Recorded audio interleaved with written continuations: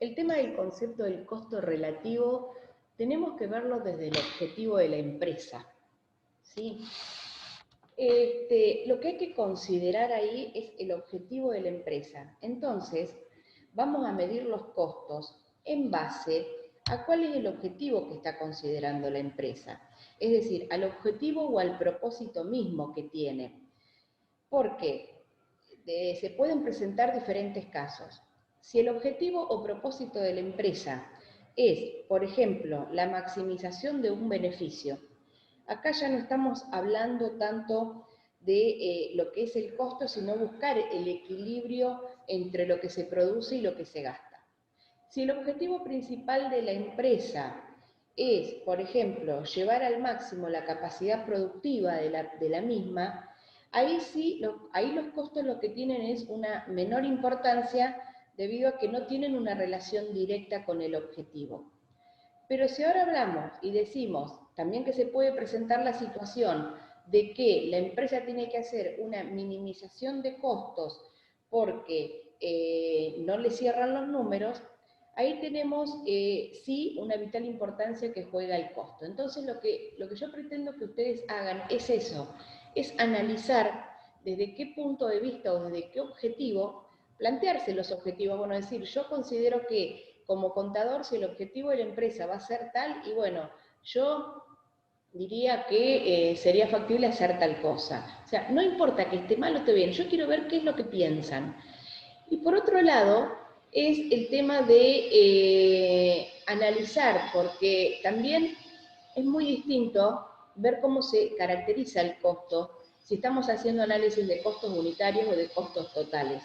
¿Cuál es la metodología que va a llevar la empresa para analizar eso? Bueno, más o menos con esto, o sea, yo lo que quiero es que ustedes identifiquen que el concepto de costo es relativo en cuanto al objetivo que la empresa quiere tener. Entonces, si nos planteamos distintos objetivos, bueno, vamos a ver cómo impacta el costo en esos objetivos. ¿Sí? Bien, vamos a empezar con el práctico 3, el de materiales, ya todo lo tendrán a mano. A ver. Y les voy a pedir por favor suma atención en este práctico. No es fácil, son muchas cosas que hay que ir teniendo en cuenta. Y bueno, vamos a ver después qué dudas surgen. Ah, y ya les subí algunos adicionales, no sé si los vieron, que ya tienen acá en la información general del curso. Ah, yo salí, si no compartí. Sí, profe. A ver, esperen que comparto pantalla si lo pueden ver. Fíjense acá abajo de todo, ya tienen la guía práctica adicional hasta el práctico de mano de obra y las soluciones de esos. Cualquier cosa, eso lo que podemos llegar a hacer es unas clases antes del parcial, hacer una clase de consultas para las dudas que surjan de estos adicionales.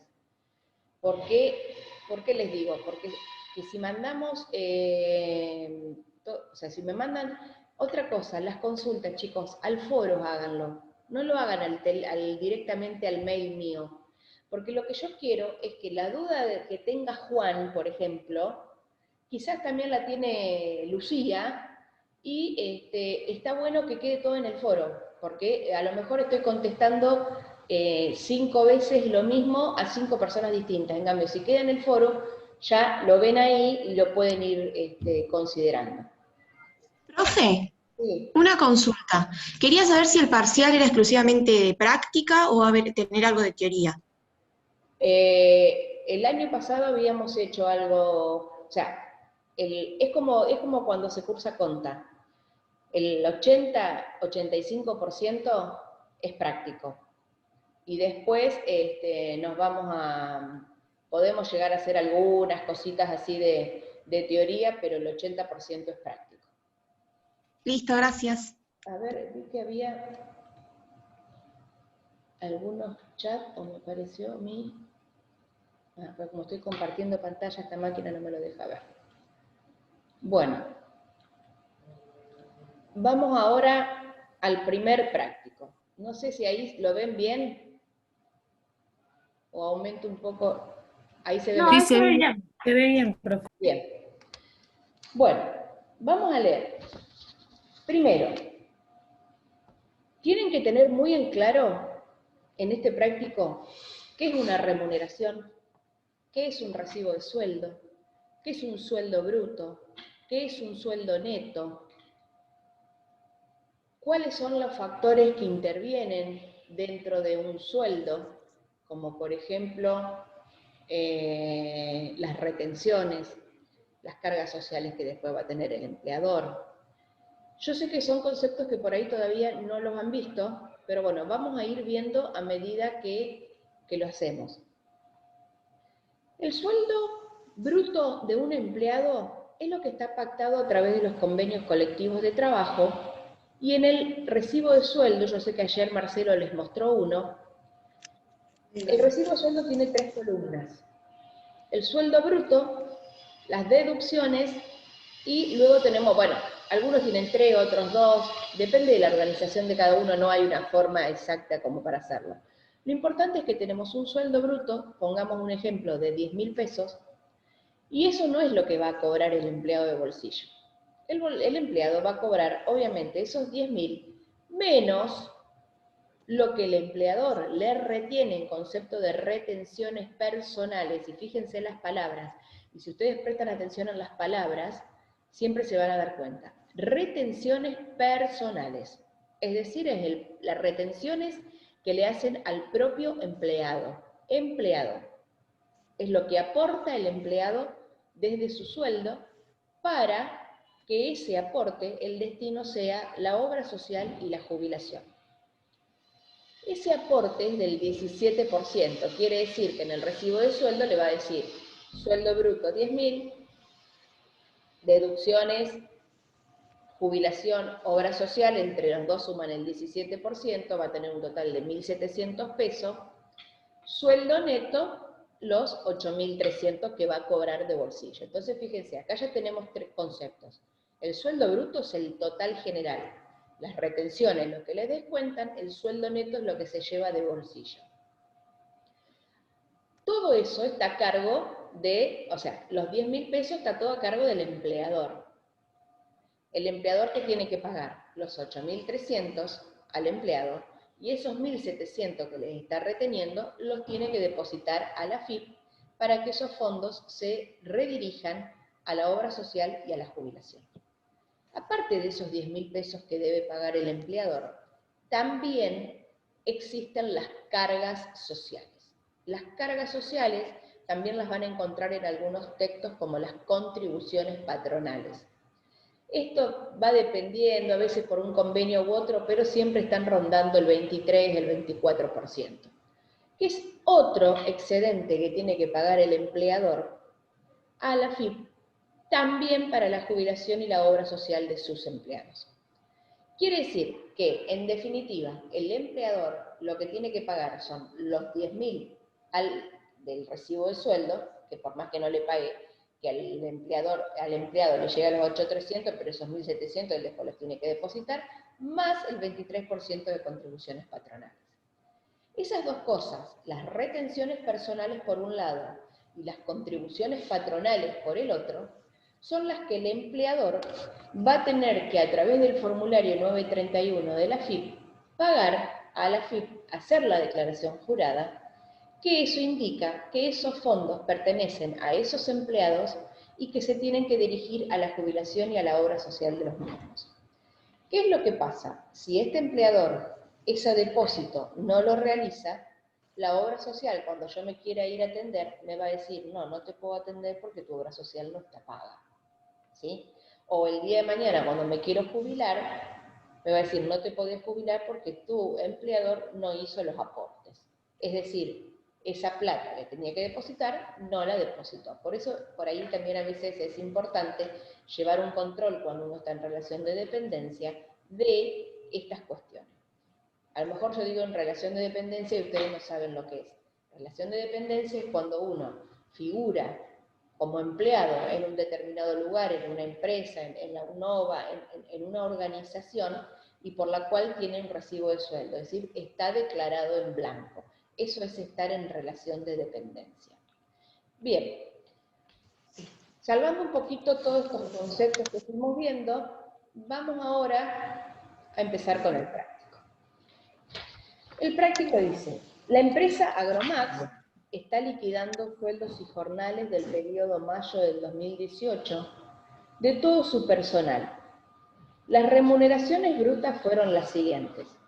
Nos da el área, es decir, el área de producción, el área de administración, el área de comercialización. Recuerden que en base al tipo del área que estamos hablando, la mano de obra va a ser directa o indirecta. La modalidad de contratación, esa es otra cuestión que vieron con Marcelo, existen diferentes tipos de contrato, el contrato mensualizado, el contrato jornalizado, es decir, el mensualizado tiene un sueldo bruto por mes, el jornalizado tiene un básico por jornal significa por día, es decir, o sea, no es que a lo mejor se le paga por día, pero se le liquida, la liquidación se le hace por jornal. La clasificación a qué tipo de mano de obra va a ir cada una, fíjense dentro, obviamente, ¿por qué no nos hace la clasificación en administración y comercialización? Porque esa mano de obra pasaría a ser resultado. En cambio, la mano de obra del área de producción, ahí la distingue entre el jornalizado y el mensualizado, en que una parte ya es mano de obra directa y la otra mano de obra indirecta. Es decir, esa mano de obra indirecta va a estar conformando la carga fabril. Nos dice Profe, los formalizados sería, o sea, cuando le paga por día. los jornalizados. Claro. Y entonces en ese caso lo que ahí, por ejemplo, un ejemplo, ¿no? Lo que ahí dice de presencia de fábrica sería de lo que el trabajador estuvo. No, las horas de presencia en fábricas es la cantidad de horas que se trabajaron los empleados ahí, independientemente del mensualizado o del jornalizado. Ah, bien, perfecto, gracias. Si estamos hablando, después nos dice la cantidad de empleados que tenemos en cada uno de los sectores y la remuneración bruta. Bruta, fíjense eso. Nos dice, al personal se le retiene el 17% sobre la remuneración bruta en conceptos de jubilación, esa otra sigla que dice ahí es Instituto Nacional de Servicios Sociales, Jubilados y Pensionados, a la obra social, a la ANSAL, que también es la Administración Nacional de Seguridad Social, y la empresa contribuye con el 24% en concepto de jubilación, instituto, bueno, todas esas cuestiones son cuestiones ya más del Estado, o sea, cuando uno lo carga en el formulario del 931, ya la misma FIP hace la discriminación en cada uno de los sectores a donde tiene que ir, que es lo que les estamos nombrando acá. El Fondo Nacional de Empleo, la RT, todo eso. Entonces, fíjense, ya me está diciendo que del sueldo bruto le retiene el 17% y que la patronal hace el aporte del 24%. Después me dice que la provisión para el sueldo anual complementario se calcula considerando el 8,33% sobre las remuneraciones. Las diferencias con las que se liquiden realmente se cancelarán al final de cada semestre. Todos saben que cuando uno tiene un trabajo, llega el momento de junio o diciembre y lo que tenemos que cobrar es el aguinaldo. El aguinaldo es la 12ª parte de nuestro sueldo. Es decir, ¿qué es lo que hacemos? Por ejemplo, para el aguinaldo de junio, llega julio, los aguinaldos se pagan el 30 de junio y el 30 de diciembre. Para el pago de la primera cuota del aguinaldo, se tienen en cuenta los primeros 6 meses del año, es decir, de enero a junio. Y se toma como base el mejor salario.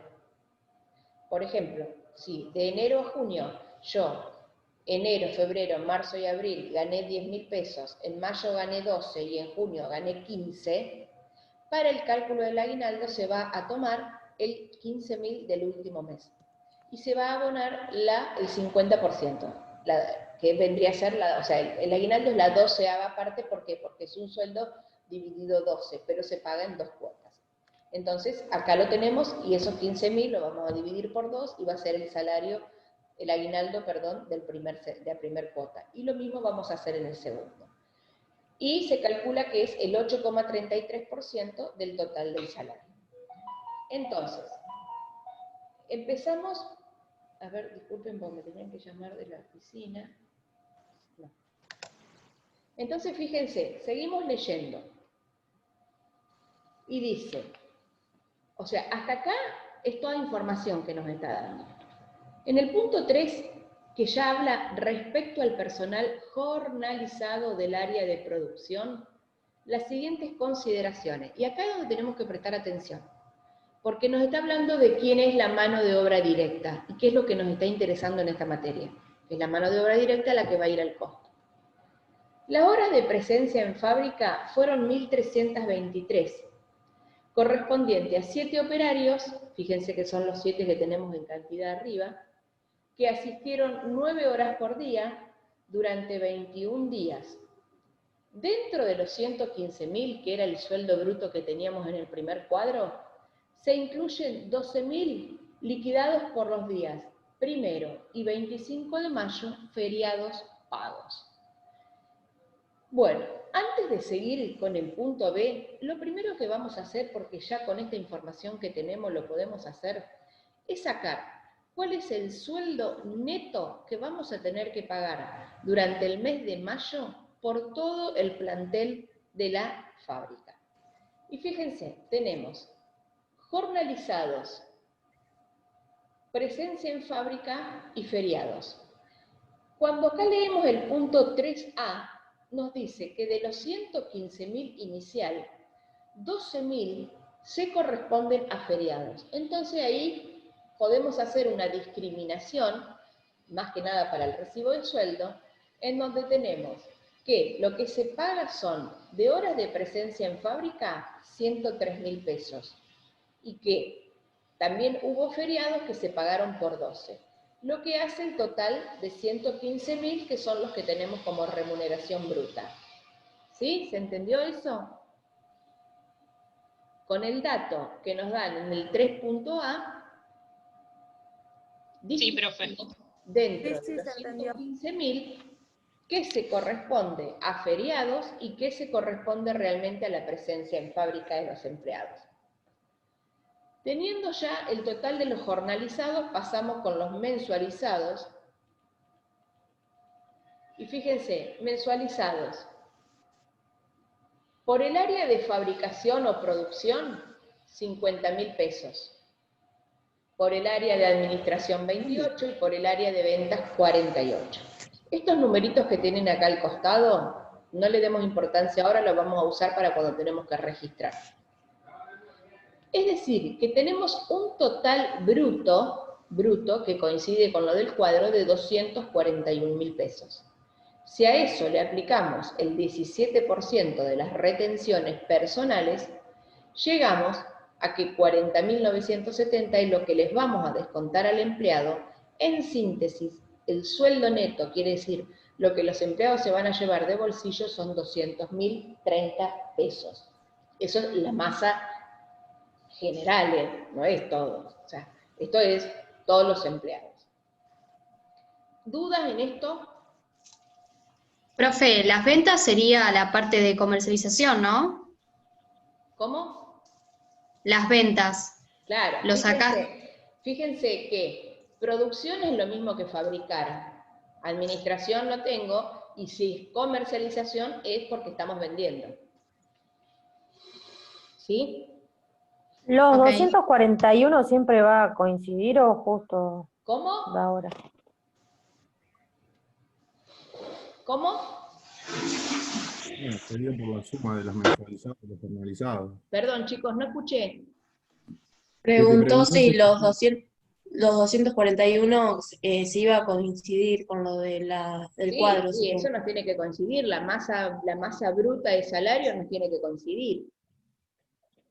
Bueno, entonces, si esto se entendió... Pero Sí, no entiendo por qué pasa acá del subtotal de 126.000 al total de 241. y porque le sumamos los 115 de la jornalizado. Ah, listo. Fíjate que acá en el 241, fíjense, como es el Excel, yo ahí les pongo qué es lo que estoy sumando.